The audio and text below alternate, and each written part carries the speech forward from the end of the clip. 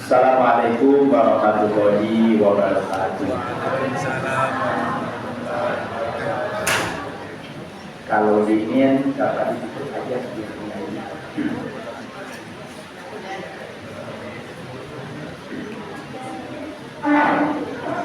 Innal hamdalillah nahmaduhu wa nasta'inuhu wa nastaghfiruh wa na'udzu billahi min shururi anfusina wa min sayyiati a'malina may yahdihillahu fala mudilla lahu wa may yudlilhu fala hadiya lahu. Asyhadu an la ilaha illallah wahdahu la syarikalah wa asyhadu anna sayyidana wa nabiyyana wa maulana Muhammadan abduhu wa rasuluh. Allahumma rabbi shrah li sadri wa yassir li amri wahlul 'uqdatam min lisani yafqahu qawli amma ba'du. Pertama-tama marilah kita panjatkan puji dan syukur kita kehadirat Allah Subhanahu wa taala. Alhamdulillah hari ini tanggal 8 Desember tahun 2024 bertepatan dengan hari ke-7 di bulan Jumadil Akhir 1440 Hijriah. Alhamdulillah ibu udah nyampe masjid baru turun hujan. Karena kalau hujannya sebelum berangkat pasti nggak berangkat. Hanya udah kelihatan dari wajahnya. Ya. Pokoknya kan kemarin dari malam udah bilang, pokoknya kalau hujannya subuh berangkat. Dan mudah-mudahan yang masih ada di rumah belum nyampe ke sini, jadi tidak terhalang dengan hujan deras. Ya. Mohon izin ini Bunda Robo bukan? Oh iya, selamat datang Bunda ya di Masjid Al-Hakim. Bapaknya belum pulang ya? Belum ada. Ya. Alhamdulillah selamat bergabung dan kegiatan-kegiatan di sini ada hari Kamis. Kalau berkenan barangkali nanti hadir dengan ibu-ibu di Masjid Al-Hakim. Ya. Bapak Ibu yang saya hormati, mohon izin sebelum saya tausiah karena ini adalah amanah. Ada beberapa pengumuman yang akan saya sampaikan. Yang pertama, kwitansi penerimaan keropak yang biasa disimpan di depan untuk Palestina berarti sudah 2 kali narik kalau tidak salah atau betul. Jadi kemarin tanggal 28 bulan 11 2004 tepatnya tanggal bulan November, keropak Palestina yang biasa ada di depan sejumlah Rp1.026.000 sudah diambil oleh pihak pengelola dari Palestina dan uangnya sudah diserahkan ke Palestina bersama dengan uang-uang yang lain ya. Jadi kemarin abang titip ke saya tolong ini untuk diumumkan kepada para jamaah dan dari mereka semua mengucapkan jazakumullahu khairan katsiran. Semoga rezeki yang sudah kita keluarkan untuk membantu saudara-saudara kita di Palestina yang biasanya tiap 1 minggu 2 minggu sekali, kemarin diambilnya 1 bulan sekali dan alhamdulillah sudah berjalan 2 kali tarikan dari Masjid Al-Hakim untuk ke sana. Untuk itu sekali lagi mudah-mudahan rezeki kita walaupun sedikit tetapi bisa untuk dinikmati dan dimanfaatkan oleh saudara-saudara kita yang ada di Palestina. Kemudian yang kedua, mohon izin Bapak Ibu saya sampaikan sebelum tausiah dimulai. Karena sekarang sudah masuki bulan Jumadil Akhir dan tanggal 29 Januari itu bertepatan dengan tanggal 27 Rajab. Dan insya Allah untuk kegiatan Isra Mi'raj di Masjid Al-Hakim akan dilaksanakan tanggal 2 Februari tahun 2025, tepatnya hari Ahad. Memang sekarang kan waktunya waktu hujan ya, tetapi mudah-mudahan nanti ketika kegiatan baik di Masjid Barbatillah ataupun di Masjid Al-Hakim cuacanya bersahabat sehingga tidak mengganggu kegiatan kita. Dan insya Allah untuk kegiatan di Al-Hakim dilaksanakan pagi karena kalau malam itu mengingat waktu. Dan untuk kegiatan Isra Mi'raj tahun ini insya Allah kami akan menghadirkan Polri internasional Ibu ya. Kan ada 3 legendaris yang kita kenal di dunia ini. Kalau tinju pasti kita ingat dengan Muhammad Ali. Ya, walaupun petinjunya itu banyak, tapi tetap aja petinju legendaris ya Muhammad Ali. King of Folk, siapa itu? Rajanya pop dunia, Michael Jackson, ya. Kan itu suka ada nyanyinya itu kan King of Folk, legendaris dunia. Banyak penyanyi pop, tetapi tetap beliaulah legendarisnya. Kiai Haji Jainuddin MJ terkenal dengan Jai Sejuta Umatnya. Rhoma Irama, gitu. Raja Dangdut walaupun ada botol minuman dia tetap tidak bisa mengalahkan Raja Rhoma Irama. Nah, dan kori internasional itu adalah Kiai Haji Muhammad ZA. Insya Allah beliau akan hadir ke kami, ke kita tanggal 2 Februari 2025. Dan 3 minggu yang lalu kami sudah sowan ke sana, ke Tangerang, dan beliau berpesan ke kami, insya Allah kami akan hadir, mudah-mudahan kami sehat. Karena usianya tidak usia muda lagi sekarang, usia 58 atau 60 lah. Tapi karena memang beliau pembaca Al-Quran, beda dengan Rhoma, karena Rhoma Irama dengan Jainuddin MJ itu kan 3 serangkai ibu. Ibu pernah lihat film Nada dan Dakwah itu kan ada 3 orang tuh. Ada Rhoma Irama, ada Jainuddin MJ, ada Muhammad ZA. Tapi kalau lihat Muhammad memang udah sepuh. Kalau Muhammad ZA itu masih kelihatan muda Bu ya. Bibirnya aja saya lihat masih merah karena yang dipegang tiap hari adalah Al-Quran. Beda dengan kita WA kan ya, gitu. Jadi itu masih kelihatan masih muda ya, gitu masih muda. Nah, dan saya sampaikan juga ke Ibu, berapa ngundang beliau ke sini, beliau tidak memberikan tarif Ibu ya. Kemarin beliau nanya setelah saya ketemu dengan Pak Kiainya, kemudian untuk yang lain-lain silakan bicara dengan Ibu. Ibu itu merangkap asistennya. Karena memang beliau kalau ngisi kori kemanapun pasti akan didampingi sama istrinya. Setelah pulang, saya telepon dari rumah ke ibunya, Ibu mohon izin. Tadi saya sudah bicara dengan Bapak untuk kegiatan tanggal 2 Februari dan Bapak alhamdulillah berkenan. Bagaimana untuk bisarohnya? Bisaroh itu kalau bahasa kita mah upah ya, cuma bahasanya bahasa Arab infaknya.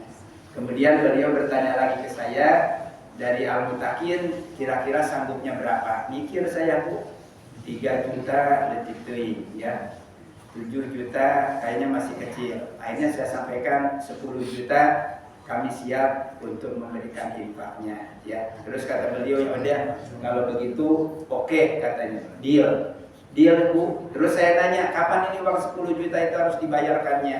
Nanti ketika beliau datang atau kapan? Beliau bilang di DP aja dulu katanya. Coba, jadi kalau misalnya yang gampang mada Ibu kalau ngambil ngundang kita ini kan, lagi mengundang saya, Ustaz Yusuf Supriyatna, gak usah ada DP-DP-an ya, datang gitu kan, dikasih gitu ya. Jadi beliau itu memang seperti itu kalau orang-orang besar gitu ya. Akhirnya DP, saya bilang daripada DP nanti juga kan dibayar lagi ya. Ya udahlah kalau ada nanti 10 juta saya bayarkan. Dan yang 10 juta ini alhamdulillah saya kontak donatur, dan donatur beliau minta tolong kirimkan katanya nomor kiainya. Kirimlah nomor kiai, kemudian setelah dikirim di-share lagi ke saya. Alhamdulillah 10 juta itu sudah lunas, tinggal beliau hadirnya ke Masjid Al-Mutakin. Jadi untuk kegiatan muamal alhamdulillah tidak mengambil uang dari kas masjid. Barangkali kita nanti hanya akan memikirkan untuk kegiatan-kegiatan konsumsinya. Begitu.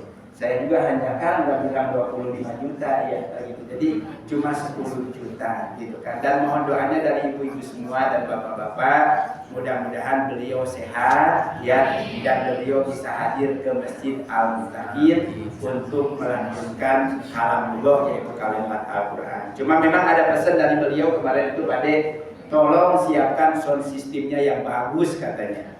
Karena ada beberapa kriteria yang harus kita tahu Ibu. Kalau beliau lagi ngaji, ada orang yang mondar-mandir, beliau berhenti ngajinya, pulang. Beliau lagi ngaji nih, ada yang ngobrol atau ada yang jalan-jalan atau misalnya di depan itu ada yang lewat aja, beliau berhenti, udahan pulang gitu ya. Makanya nanti barangkali dalam waktunya kita harus menjaga satu sound systemnya tolong siapkan yang bagus, kata beliau. Jangan toa yang biasa dipakai aja katanya. Orang Jawa tapi Sunda bilangnya ya, kayak gitu. Orang Jawa beliau itu, Jawanya Jawa mana beliau? Pemalang. Jawa Pemalang itu kayak gitu. Makanya kan Kiai Haji Muammar Jeta itu artinya Jainal Asikin, bukan Jainal Abidin ya, kayak gitu. Kiai Haji Muammar Jeta Jainal Asikin, karena Asikin itu adalah bapaknya ya, kayak gitu. Luar biasa ibu. Ibunya juga masih muda, saya tahu itu ibu yang keberapa, saya nggak nanya kemarin ya.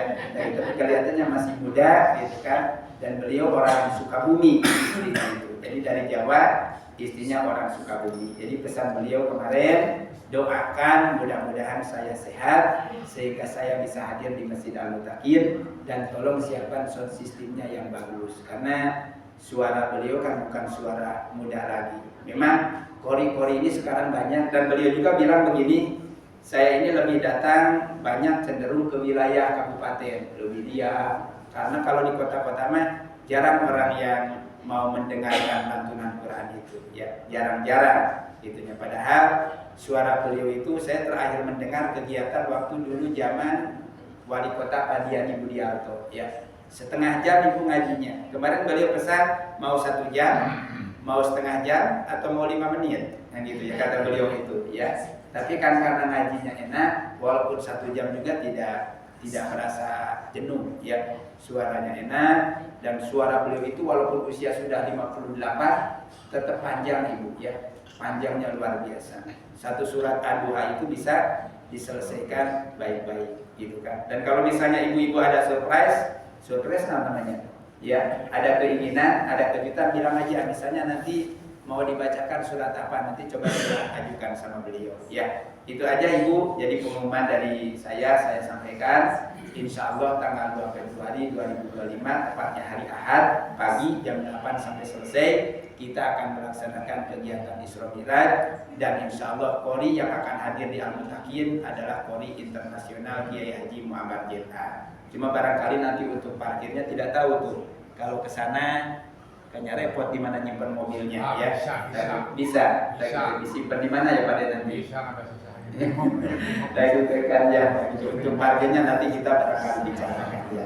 Nah, dan untuk penceramahnya Ibu, karena mau izin, kemarin kita bilang sama pengurus itu ke sana, bagaimana dengan ceramahnya satu paket. Jadi beliau itu udah Qori ceramah. Beliau bilang bibir saya ini biasa lembut, jadi tidak biasa bicara kasar katanya. Kasar itu kan kalau ceramah harus keras ya. Jadi beliau tidak bisa untuk Qori merangkap dengan ceramah. Akhirnya saya kemarin kontak untuk ceramahnya, mudah-mudahan Pak Dadang Waliullah yang Pondok Pesantren Mina, karena memang beliau juga dengan kita udah cocok ya. Mudah-mudahan beliau bisa hadir di sini. Cuma beliau sekarang masih ada di Mekah. Kemarin saya kontak itu, tadi Ustaz saya belum bisa ngasih janji tanggal 2 itu bisa atau tidak, karena kebetulan anak saya mau nikah katanya. Kemarin saya kontak lagi beliau di voice note, ya udah nanti tunggu aja keputusannya tanggal 5. Jadi kalau misalnya tanggal 5 itu beliau bisa hadir mendampingi Pak Kiai Haji Muammar Jeta, beliau ceramahnya alhamdulillah. Kalaupun tidak, nanti kita untuk alihkan ke ustadz yang lain. Jadi kan nggak mungkin kalau cuma Qori aja tidak ada ceramahnya ya. Paling nanti kita mesti dalam takin hanya memikirkan untuk yang penceramah saja. Kalau untuk yang Qori alhamdulillah semuanya sudah tuntas, sudah selesai. Mudah-mudahan Ibu yang dorong doa sekali lagi Allah memberikan kemudahan, kelancaran, sehingga beliau-beliau ini bisa hadir bersilaturahim di Masjid Al-Mutakin. Kita lanjut Ibu pengajian. Pada kesempatan kali ini saya akan coba untuk menyampaikan ada 6 perkara yang akan merusak amal soleh kita. Ibu punten ini ya. Amal ibadah yang kita lakukan itu dapat dirusak oleh 6 hal ini. Jadi jangan sampai amal ibadah yang sudah kita kerjakan ternyata ketika dilihat pahalanya tidak ada. Kita lihat Ibu ya, fokus dulu ke saya, jangan ngobrol dulu, biarin nanti obrolannya ya. Yang pertama Ibu, baginda Rasulullah Shallallahu Alaihi Wasallam bersabda, sitatun asya'atu bitul akma 6 perkara yang akan merusak daripada pahala amal kebaikan kita. Mana yang 6 itu? Pertama, al-istighol bi uyubil khalqi. Artinya terlalu sibuk mencari aib orang lain sehingga lupa pada aib dan kesalahan diri sendiri. Mohon izin ibu, saya mau bertanya. Selama ini kita apakah sudah pernah disibukkan pagi, malam, sore sampai kita tidur lagi untuk mengoreksi kesalahan aib pribadi, atau disibukkan untuk mengoreksi aib dan kesalahan orang lain? Jawabannya tar dulu, ini kayaknya belum kompak apa salah yang nanya ya. Nah gitu. Ulangi lagi ibu. Selama ini saya ingin bertanya sama bapak ibu semua, apakah ibu lebih banyak disibukkan untuk mengoreksi kesalahan orang lain, atau lebih banyak disibukkan untuk mengoreksi dan kekurangan diri sendiri? Jawabannya mengoreksi orang lain. Kenapa bisa begitu? Kenapa? Begitu kan? Satu lebih seru ya, begitu kan? Memang betul ya jawabannya itu. Satu lebih seru katanya. Ulangi lagi ibu ya. Selama ini mohon izin, kita tidak laki, tidak perempuan, tidak orang dewasa, tidak orang tua, tidak anak kecil. Jadi kita ini lebih fokus, lebih banyak, lebih disibukkan untuk mengoreksi kekurangan orang lain dibandingkan dengan mengoreksi diri sendiri. Padahal kekurangan diri sendiri ini jauh lebih banyak ketimbang orang lain. Mohon izin ibu, sekarang ini kan yang lagi viral itu dengan ucapan yang mohon maaf barangkali itu tidak pantas keluar, walaupun itu candaan. Itu kan luar biasa ya. Nah di sini kita bisa melihat dua sisi ibu. Allah akan menurunkan harkat derajat orang yang terhormat menjadi hina mudah. Yang kedua, Allah akan mengangkat derajat orang yang lemah, akan memberikan rezeki kepada orang yang tidak punya begitu mudah. Orang yang terhormat, mohon maaf, Gus Miftah itu kan terhormat. Apalagi sekarang beliau masuk ke kabinetnya Pak Presiden, ya. Jadi urusan kerukunan antar umat beragama, ya. Memang beliau ketika bicara itu tidak ada niatan untuk macam-macam, hanya untuk candaan. Tetapi candaannya itu kebablasan. Akhirnya wibawa beliau juga turun. Walaupun beliau berusaha untuk merangkul, meminta maaf, tetap mereka berdua barangkali bisa saja saling memaafkan. Tetapi kita sebagai orang yang sering dan menyaksikan akan ulasan itu akan merasa tidak nyaman dan tidak puas dengan perilaku itu. Makanya punten Bapak Ibu ya, saya mewanti-wanti kepada kita semua, hati-hati dalam bersikap, hati-hati dalam berucap ya. Karena ucapan kita, sikap kita itu akan bisa menyakiti hati orang lain. Terus ditahan dirinya terus aman terus ya. Nah gitu. Bukan apa-apa Ibu Bayadin kalau saat ini. Kita lihat. Jadi saya kali lagi Ibu, yang pertama kata baginda Rasulullah SAW, hal yang akan merusak amal soleh kita itu al-istigholu bi uyubil khalqi, terlalu sibuk dengan mencari kesalahan, kekurangan atau aib orang lain. So, mulai sekarang malah dulu kita ini harus banyak-banyak untuk mawas diri, menjaga diri.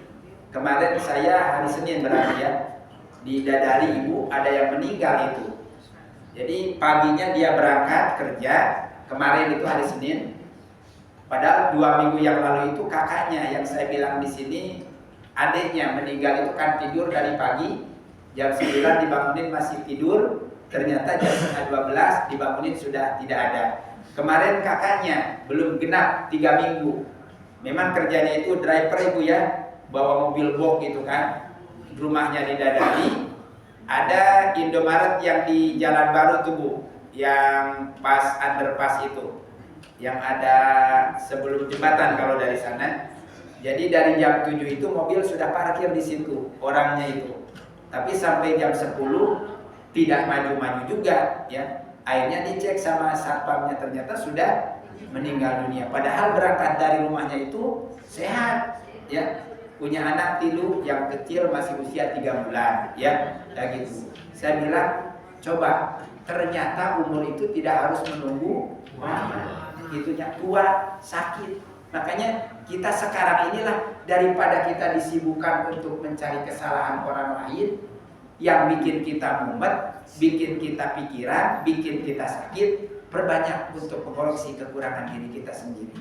Masih banyak kok kekurangan kita juga ya. Jangan sampai ketika kita tidak ada dipanggil sama yang kuasa, kita belum introspeksi kepada diri kita sendiri ya. Seperti halnya kemarin kan bencana di Sukabumi ya.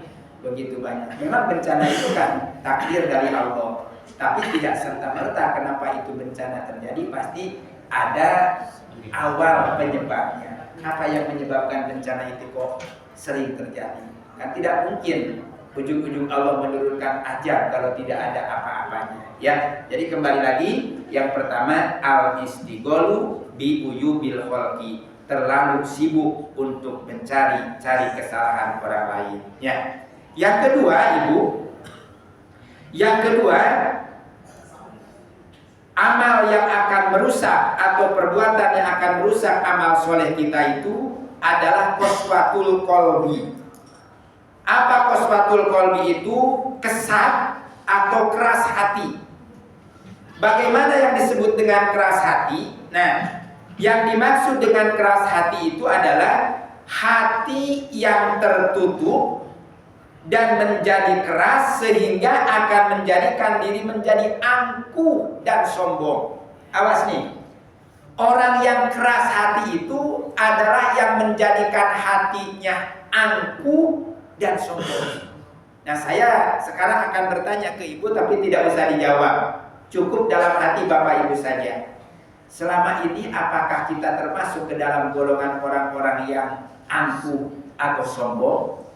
Kalau misalnya kita termasuk ke dalam golongan orang-orang yang angkuh dan sombong, berarti kita sudah termasuk ke dalam golongan orang-orang yang terjangkiti qaswatul qalbi, keras hati, merasa diri paling hebat, merasa diri paling benar, merasa diri paling suci. Itu tidak boleh ya.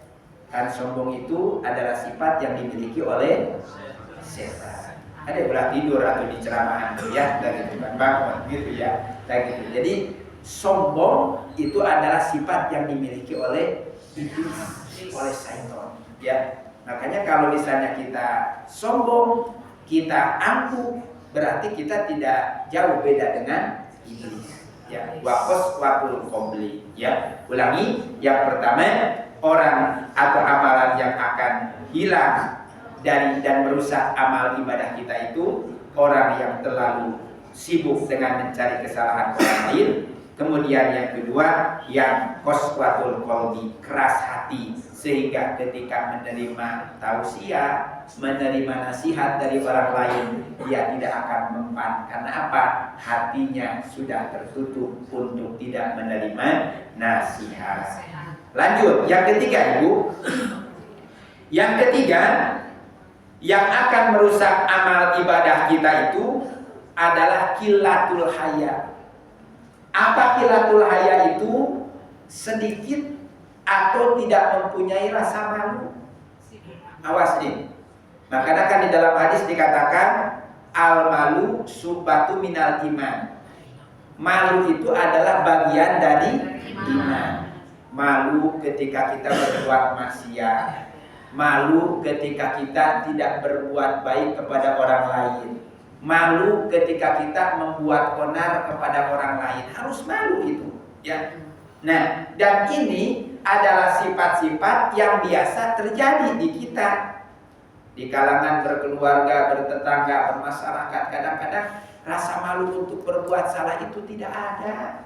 Ya, makanya coba ibu, kita sebagai orang yang beriman, ketika masih ada rasa malu dalam hati untuk berbuat maksiat, untuk berburuk sangka, ya, kemudian untuk hal-hal yang mengundang daripada murka Allah dan akan dibenci oleh orang banyak, kalau itu masih ada dalam hati kita rasa malu, maka insya Allah kita masih orang-orang yang ada iman di dalamnya. Tetapi ketika rasa malu itu sudah tidak ada, maka kita harus segera untuk introspeksi diri, ya. Selama ini kan kita kalau ngomongin orang kadang-kadang tidak ada rasa malu itu.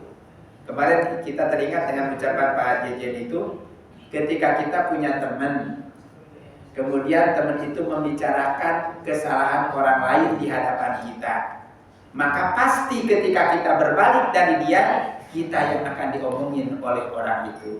Makanya ibu sekarang kita bisa cek aja, kalau di antara kita yang hadir di sini, ketika ngobrol dengan kita, so-persen ngomongin kababaturan lain, pasti ketika ibu keluar dan tidak dekat dengan dia, ibu yang akan menjadi santapan dan bulan-bulanan untuk diomongin oleh orang itu, ya. Makanya ya kita tidak usah sulit untuk mencari orang-orang yang bagaimana dia itu sifat dan karakternya, ya bisa kita lihat ketika dia dengan kita suka membicarakan orang lain. Gitu. Makanya hati-hati, begitu. Bapak hati-hati, ya.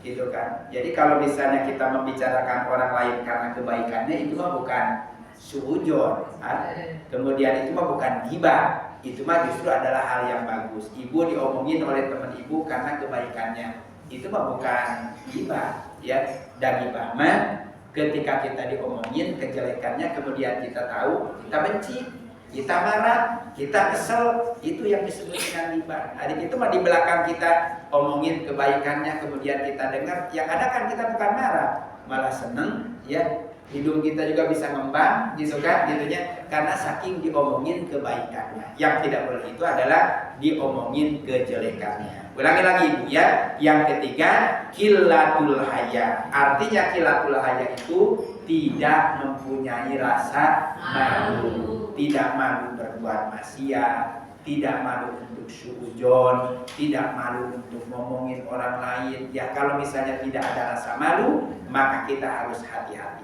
Yang keempat, jemaah, yang keempat yang akan merusak amal soleh kita itu adalah qillatul haya, tulul amal. Apa tulul amal itu? Panjang angan-angan. Nanti aja saya mah dari ibadah itu kalau sudah menjelang usia senja, misal. Padahal kan umur itu tidak tahu apakah kita sampai ke usia senja atau tidak, ya.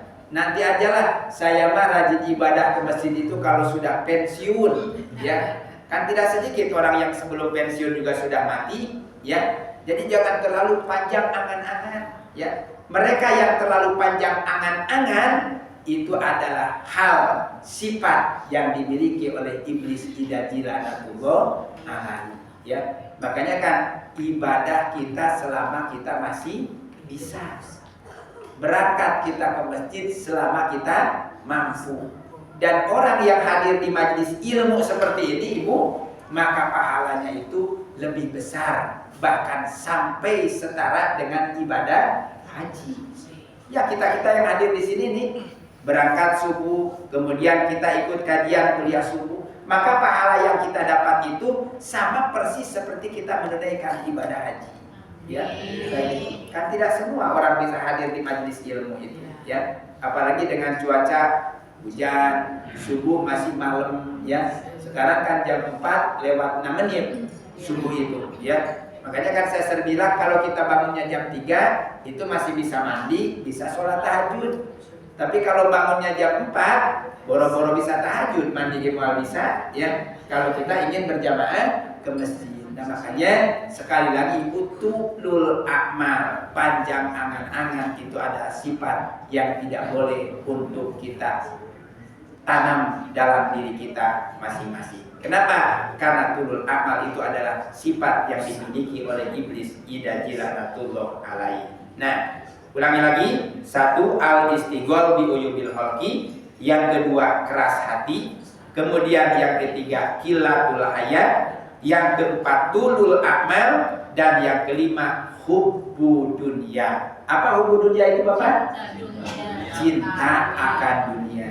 Gitunya. Oh, berarti lamun gitu mah kita tidak boleh kaya dong. Salah.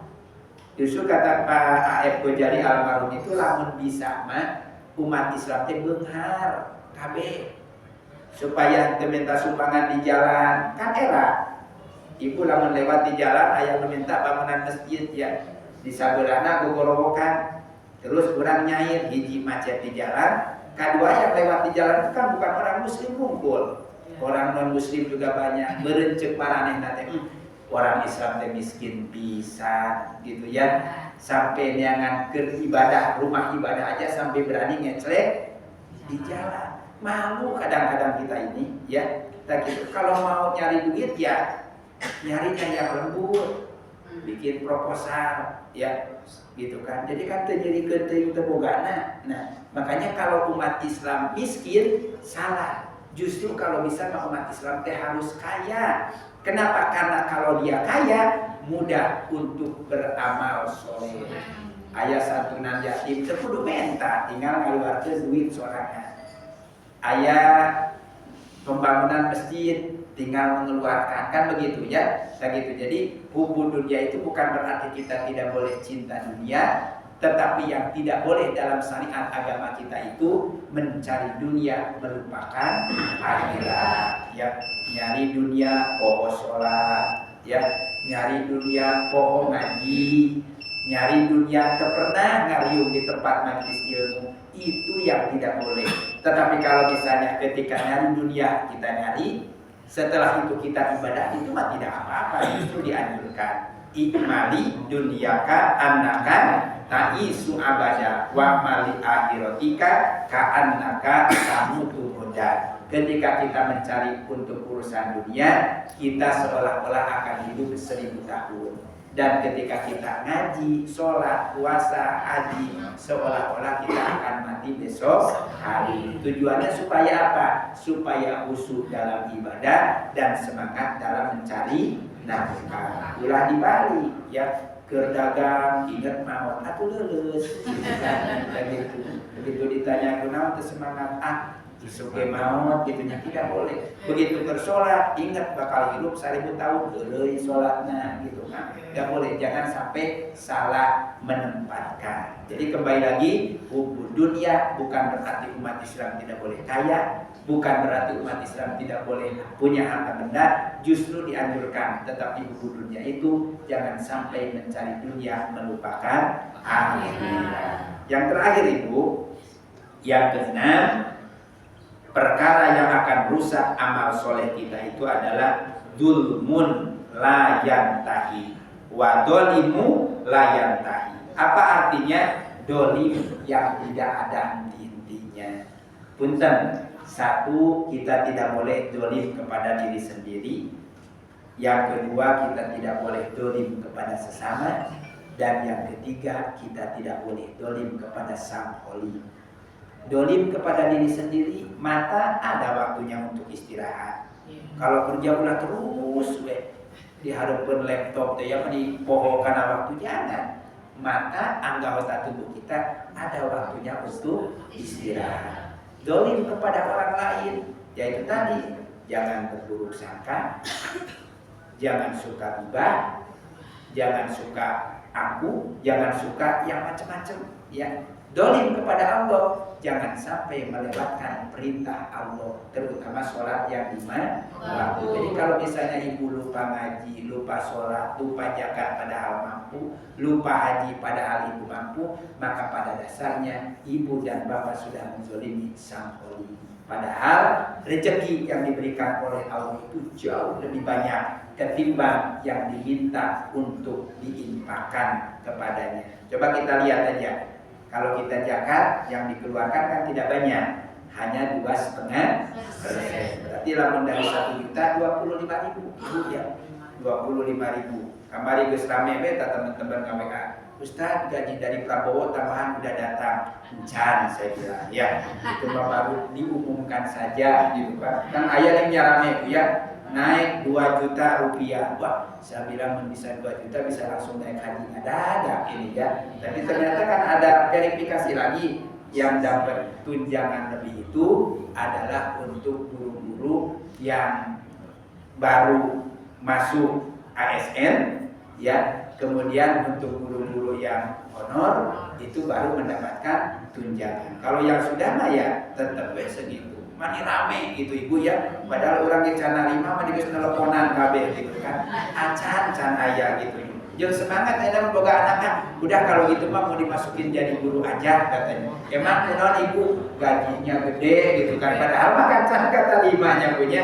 Ya tapi mudah-mudahan keterima dan berkah. Ya, jadi kembali lagi yang terakhir, perkara yang akan merusak amal soleh kita itu adalah zulmun la yantahi, berbuat zalim yang tidak ada henti-hentinya. Mudah-mudahan kita, karena kita masih sering ngaji, sering kumpul di majelis ilmu, ya sifat-sifat yang 6 itu kalau bisa tidak boleh ada di dalam diri kita. Ustaz dik rajin ngaji tapi tetep kalakuan anak pikas belut, berarti hanya sebatas ngaji belum bisa diajinya itu sampai dipakai, dipraktekkan. Kan banyak sekarang itu rajin sholat tapi berdegong kene kan gitu ya, ngajinya rajin tapi Allah pikas belut gitu kan sifat dan akhlaknya teh. Oh kita kembali lagi, yang ngaji aja rajin sholat akhlaknya bener, pokok lamun anu teu ngaji sama sekali. Makanya alhamdulillah walaupun begitu tapi mah rajin ngaji, rajin sholat ya, dibanding dengan yang